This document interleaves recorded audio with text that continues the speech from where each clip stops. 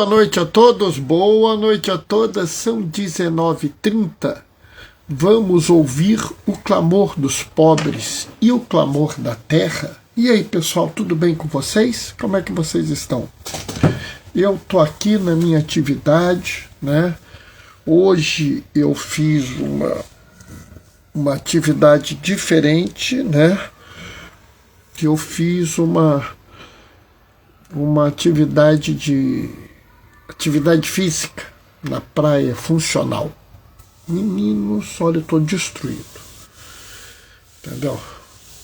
É bom, mas Bernardo, você aguentou bem? Não aguentei bem nada. Foi uma catástrofe lá. Por mais que as pessoas me animem dizendo que eu fiz bastante coisa, né, que eu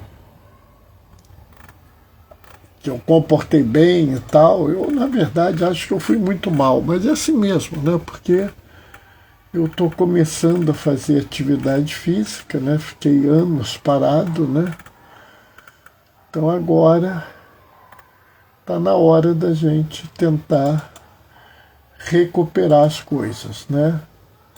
Eu estou aqui na minha atividade, localizando para ver se eu estou no ar. Deixa eu ver se eu estou no ar, porque agora eu não sei porque o Instagram voltou a aparecer. Então eu consigo ver na live, eu estou no ar, tá tudo certo, né? Sábado é sempre um dia complicado, não sei se alguém vai entrar ou não.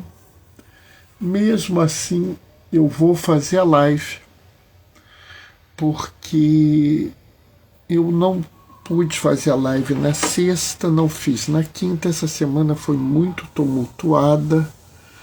Então quero ver se eu faço a live com mais cuidado semana que vem. Lembrando que eu vou fazer a live do domingo, as leituras do domingo. E muita gente, eu gosto de lembrar isso, Bernardo, tem algo errado, você está fazendo a Assunção de Nossa Senhora. Mas a Assunção de Nossa Senhora é no dia 15, inclusive lá em Castelo, quando se celebra Nossa Senhora da Penha. Não é, Bernardo, mas Nossa Senhora da Penha não é a Assunção de Nossa Senhora. Confere, está certíssimo. Mas a igreja decidiu que quando não há um dia próprio para a festa da aparição de Nossa Senhora, se celebra nesse dia, no dia da Assunção. Então, Nossa Senhora da Penha não tem um dia próprio, então se celebra no dia 15 de agosto. E por que a gente vai celebrar no dia 17? Boa pergunta, e eu vou explicar. Porque essas grandes festas, a CNBB tem autorização para colocar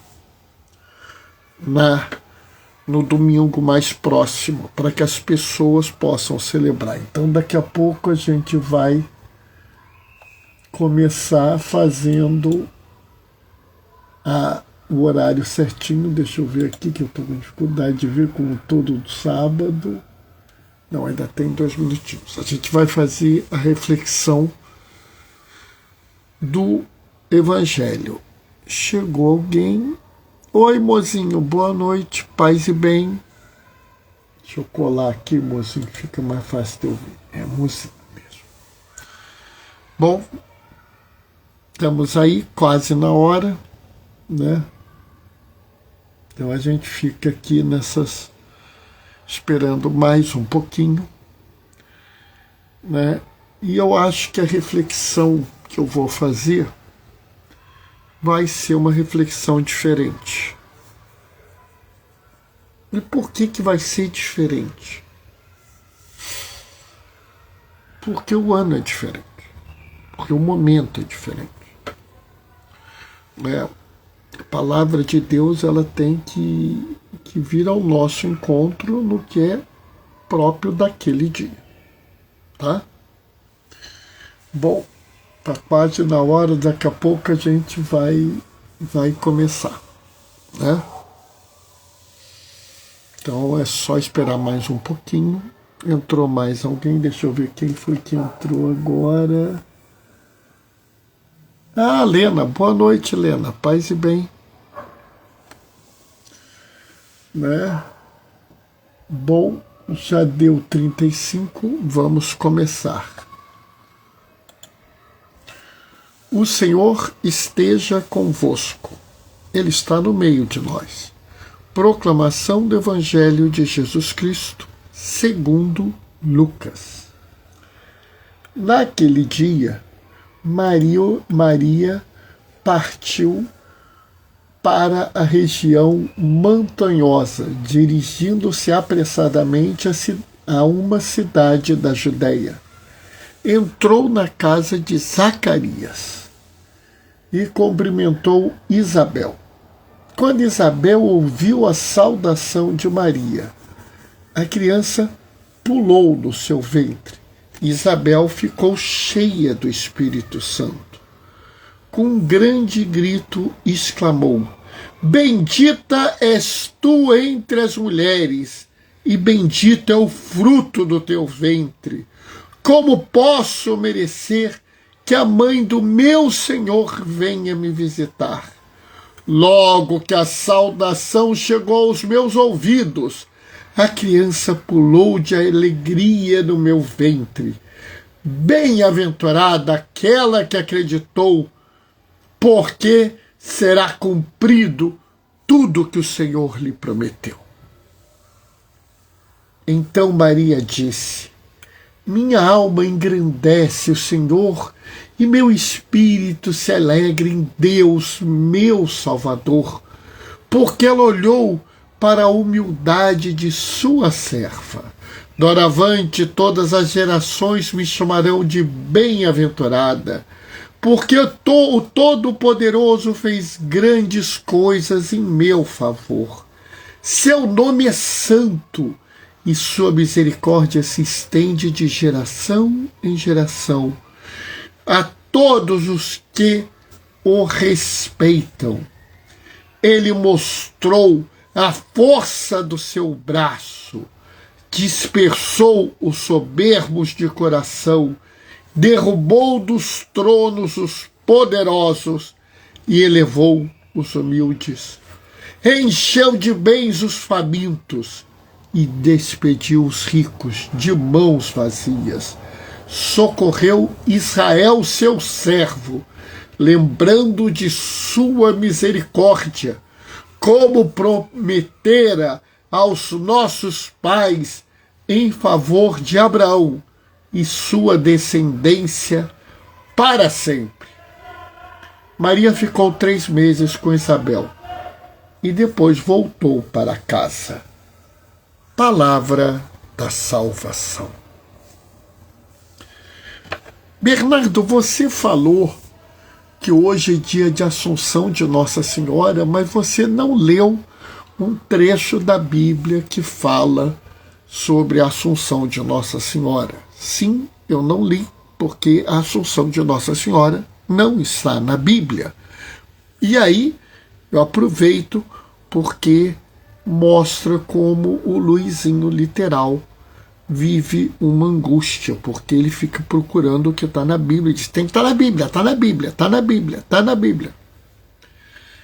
Sabe, a Assunção de Nossa Senhora é um dogma da Igreja Católica, né, muito recente. Ele é da década de 1940, então assim, uma coisa extremamente recente. Ana Paula, boa noite, paz e bem. Porém, a reflexão sobre a Assunção de Nossa Senhora não é recente, né? Vários e vários teólogos já haviam levantado elas, né? Um que muitos falam é Duns Scoto, um europeu, né? Mas a Igreja Oriental já havia dito isso, inclusive João Damasceno tem um texto belíssimo sobre isso. Mas o que nós podemos tirar nessa reflexão? Vamos lá.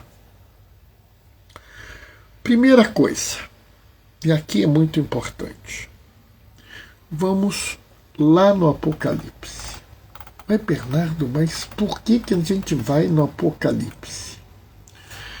Porque eu quero aproveitar a Assunção de Nossa Senhora para trabalhar uma questão com você que se preocupa em ouvir a minha live. E que talvez eu já tenha falado alguma coisa para você, mas eu quero aproveitar esse momento. Existe um movimento na igreja que quer essencialmente trabalhar o corpo humano como uma coisa ruim. Né? Quando se fala em, por exemplo, se vestir com modéstia, é que você deve tampar o corpo todo, como se o corpo fosse pecaminoso. Né? Muitos dos cristãos dizem que os maiores pecados que existem são os pecados da carne. Quando chega a época do carnaval ou algum festival de música, as pessoas ficam oriçadas, apontando o pecado em tudo, porque os corpos estão aparecendo.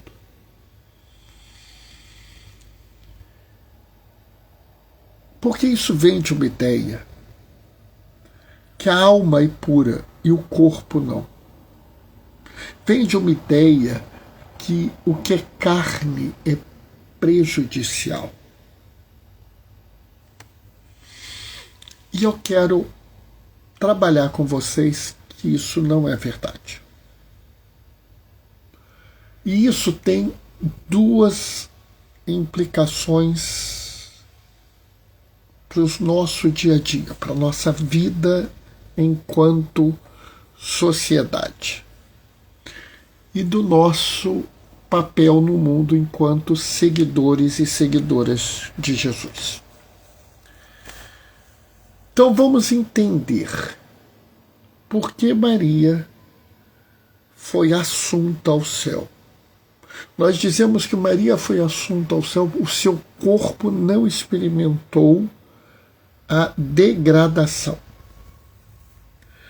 E esse corpo não experimenta a degradação porque este corpo é imaculado.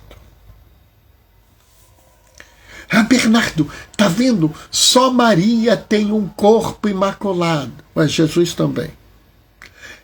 Mas Jesus é Deus, Jesus é homem. Lembrem-se disso.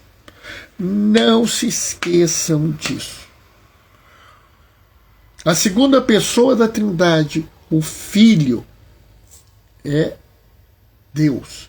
Jesus é Deus e é homem. E isso ninguém pode negar. Você não pode negar a natureza humana de Jesus. E nós vamos tocar neste ponto no dia de hoje. Mas observem bem. Muitos dizem que a natureza humana, aliás, toda a natureza foi alterada, foi deturpada pelo pecado original, e eles estão certos. Por isso existe o ódio, por isso existem as doenças, por isso existe a fome, por isso existe a guerra, por isso existe a ganância, por isso existe a ambição desenfreada, por isso existe o desejo primordial de acumular. Mas essa corrupção, essa deturpação, de forma alguma, é absoluta, porque se ela fosse absoluta, Deus não poderia assumir um corpo humano.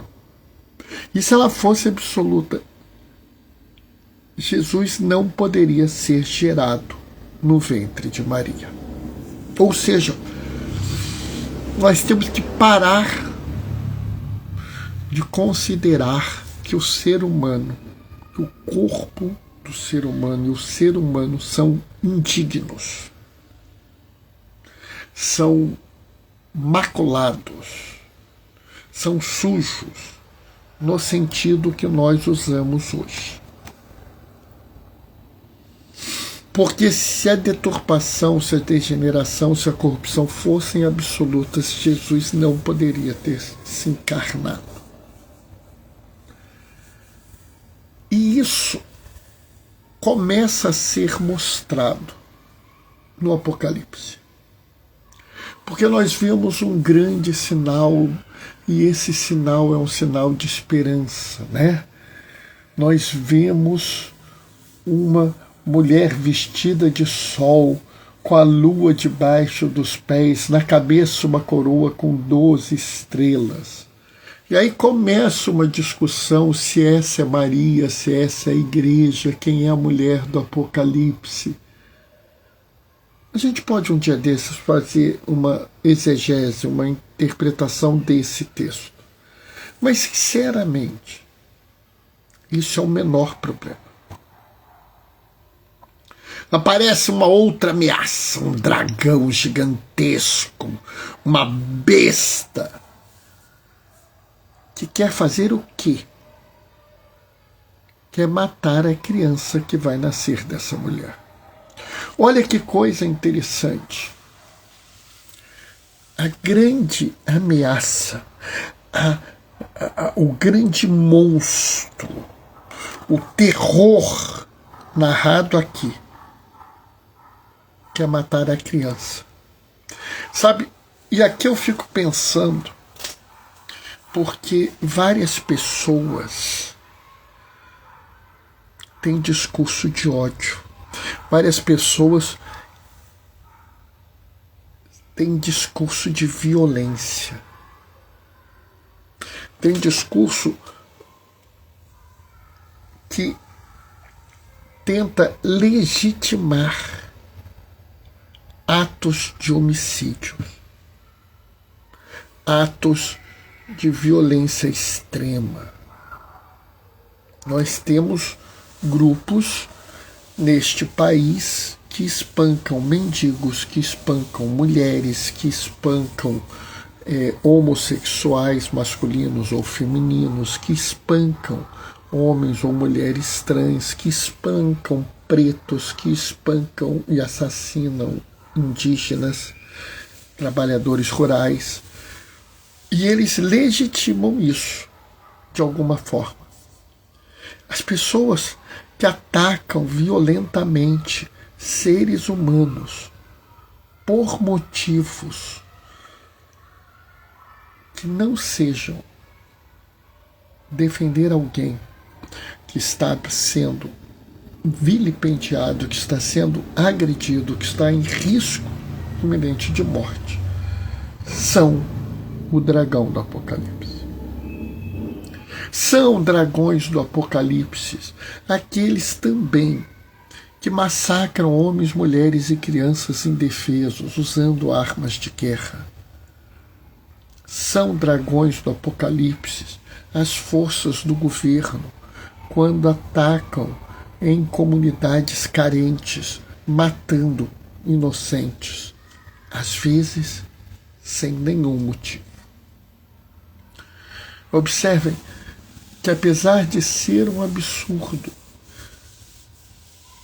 é aceitável que um criminoso seja morto se ele ameaça a vida de uma pessoa. Mas uma outra pessoa, como nós vimos tantas vezes no Rio de Janeiro, sendo mortas por forças policiais, é inaceitável. Exércitos nacionais atacando populações civis é inaceitável. Isso é semelhante a este dragão que está aqui e que quer destruir o filho. E seja você entendendo que esta mulher é Maria, o filho é Jesus. Seja você entendendo que esta mulher é a igreja. Aí mesmo é que não tem jeito, somos todos homens e mulheres, filhos e filhas da igreja, que estamos sendo atacados pelo dragão do Apocalipse. E aqui é essencial que a gente pare de achar que esse tipo de coisa é normal, é aceitável, é permitido. E aqui eu venho agora na segunda leitura, na leitura da carta de São Paulo aos Coríntios, que tantos gostam de falar, porque Cristo ressuscitou como primícias, porque vai ter uma ordem na ressurreição, que não sei o que não sei qual. Tudo bem, não tem problema nenhum, tá certo, eu não discuto isso com você. Mas eu queria que vocês prestassem atenção numa frase dessa leitura. Né? Cadê? Com efeito, por um homem veio a morte. E é também por um homem que vem a ressurreição dos mortos. Paulo está falando aqui que é por um homem. Ele não está falando que é por um Deus. Ele não está falando por um homem que é Deus. Ele falou que é por um homem. É muito interessante porque no Evangelho, quando chamavam Jesus de filho de Davi, ele quase sempre não ouve. A não ser que seja uma segunda, uma terceira chamada, numa angústia, num desespero. Se for a primeira chamada, ele não ouve. Porque ele não se identifica ao título real do filho de Davi, mas se você chama ele de filho do homem, ele atende. Sim, por um Adão, por um pecado, por um homem veio a morte ao mundo. Por Adão, aquele safado. Só não sou muito irritado com Adão, porque se não fosse Adão não vinha Jesus. Só por isso eu dou uma aliviada, dou uma passadinha de pano em Adão. Tá? Por Adão, um homem veio a morte ao mundo. Por outro homem, Jesus de Nazaré, veio a ressurreição dos mortos. Então, se você ainda não entendeu que Jesus é um homem, é um ser humano, guarde aqui, está aqui a carta de Coríntios. Guarde isso na sua cabeça. E guarde que foi um corpo que estava junto de nós, um corpo humano.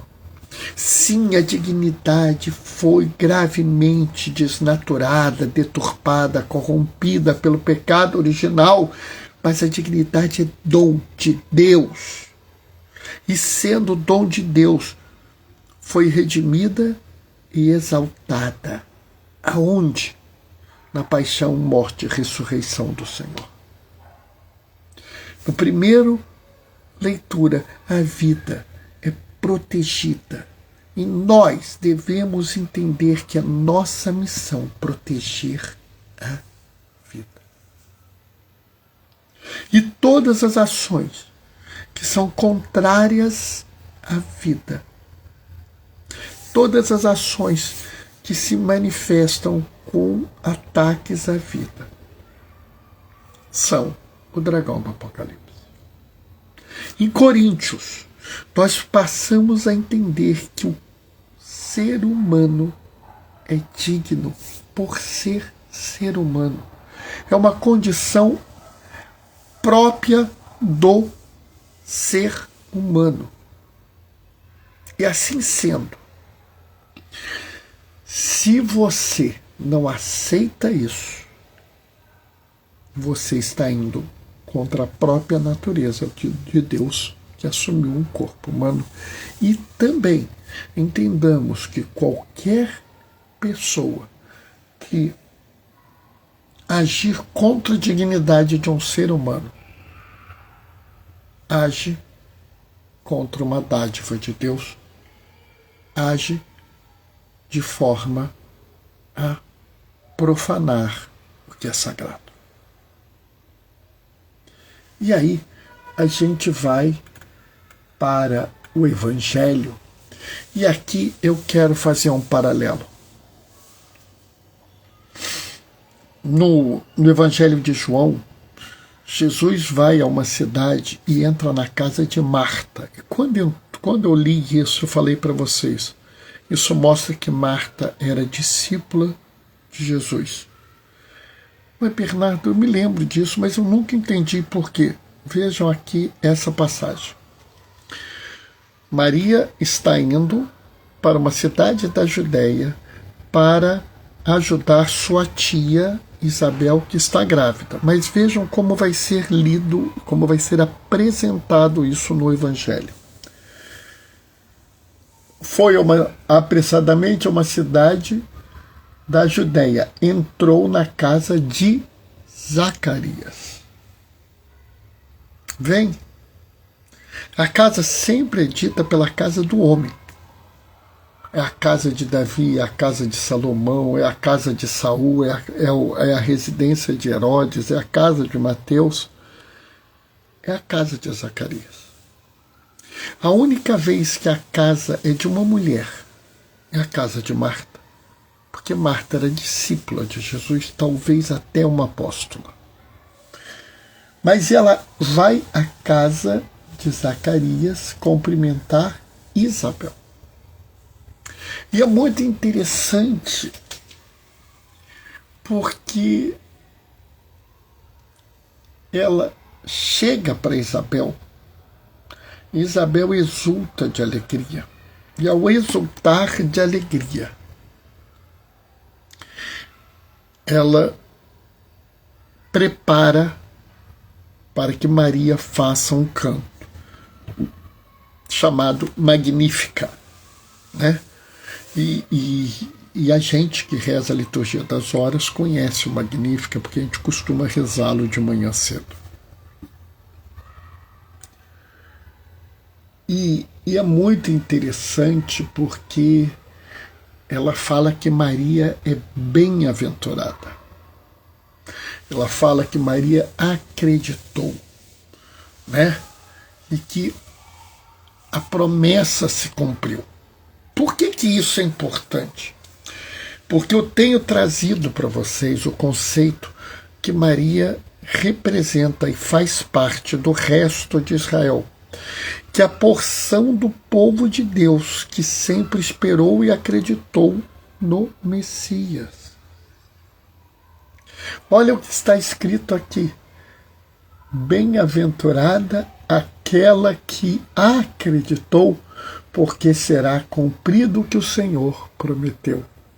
Bem-aventurado o resto de Israel que sempre acreditou na chegada do Messias.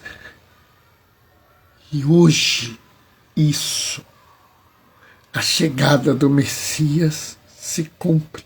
A promessa de salvação veio ao mundo, não pelos poderosos, não pelos fortes, não por duas mulheres lindas e maravilhosas, damas da sociedade ricas, mas por duas mulheres desprezadas. Viram? Entrou alguém aqui. Cacá Moretti, boa noite, paz e bem. Viram? Que coisa linda! Maria representa o resto de Israel, aquele que sempre acreditou, que seguiu firme diante de todos os percalços, todos os problemas, acreditou na promessa. E nela a promessa se cumpre. Isabel, que provavelmente também era resto de Israel, mulher desprezada, mulher considerada maldita, que não deu descendência ao seu marido sacerdote do Senhor, que agora está grávida. Vem a beleza disso. E aí se vem todo esse hino belíssimo que é o Magnífica, e que infelizmente infelizmente, nós continuamos ignorando. Sabe por quê? Porque é um hino de louvor a Deus. Ninguém pode discutir isso. É um hino que nos lembra a profunda misericórdia do Pai. E aqui já começa a ficar ruim, porque várias pessoas não querem um Deus misericordioso, não querem um Deus amoroso, não querem um Deus que se preocupa com as pessoas. Existe uma parte grande na comunidade de fé hoje que quer um Deus duro, um Deus carrasco, um Deus condenador, um Deus que manda todo mundo para o inferno. Eu não sei por que as pessoas têm essa coisa, mas não é esse o Deus mostrado neste canto, que fala de um Deus misericordioso, fiel à promessa de amor feita a Abraão, e que cuidará do Israel de Deus o resto de sua vida, sempre por causa da misericórdia. Mas tem mais uma coisa, e essa o pessoal varre para baixo do tapete, porque o Magnífica é um hino de justiça. E ao ser um hino de justiça, a ser um hino de profecia, as pessoas viram e falam: pula, pula, pula. E não se enganem, a justiça divina, ela é misericórdia e profecia. A justiça divina é misericórdia, porque Deus sempre te tratará com misericórdia. Se a sua relação com Deus é uma relação que Deus tem misericórdia de você. Mas é uma relação de profecia, porque Deus espera que você denuncie os males do mundo e anuncie o reino. E isso é profecia. Bernardo, onde é que está isso aí? Lá vem você com essas coisas. Não, não sou eu que estou vindo. É Maria. No Evangelho de Lucas. Está aqui, olha. Olha aqui, ó. Ele mostrou a força do seu braço. Dispersou os soberbos de coração, derrubou dos tronos os poderosos. Por quê? Porque ele sabe que a soberba e a busca pelo poder são algo que não faz parte do reino de amor, da terra sem males, de onde nós queremos ir e iremos juntos, homens e mulheres, velhos e crianças, brancos e pretos, pobres e ricos, pobres de coração, indígenas, gays, lésbicas, héteros. Não, porque o que nos leva ao reino de Deus não é nenhuma designação que você dá ao ser humano, mas sim o fato de você ser um ser humano. Então, a soberba e a busca desenfreada pelo poder te afasta de Deus, e é por isso que ele fala que ele eleva os humildes, como ele elevou a mulher perseguida no deserto e seu filho, lá na primeira leitura. Como elevou Isabel, mulher desprezada, trazendo a ela ser a mãe do único profeta do Novo Testamento. E ele vai a mais. Não só eleva os seres humanos, como dispersa os ricos de mão vazia e enche de bens os famintos. Por quê? Porque enquanto existir desigualdade no mundo, nós ainda não seguimos a justiça divina.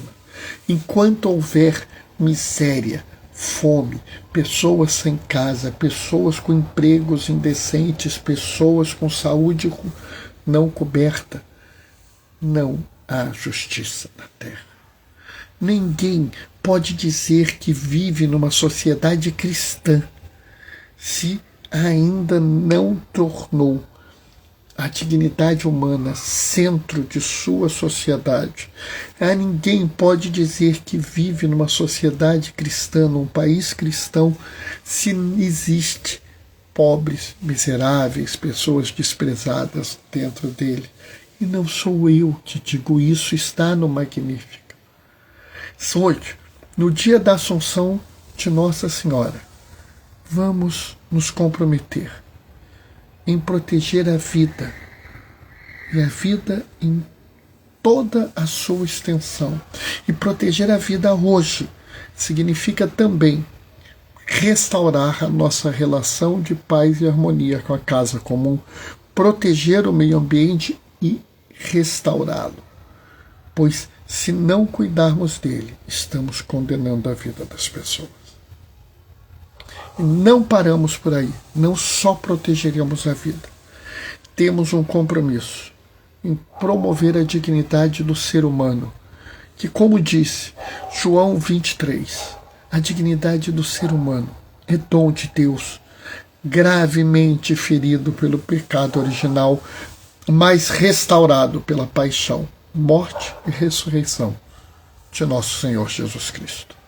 Amém? Ai, meu Deus do céu, 8h06. Falei demais, mas assim que é bom. Né? Também estou mais ou menos na vibe do clamor da terra e dos pobres. Né? Até a temporada passada acabava por volta das 19h56, eu terminava às 8h, agora eu acabo às 8h05. Mas também está sendo necessário. Né? Bom, eu vou me despedir agora,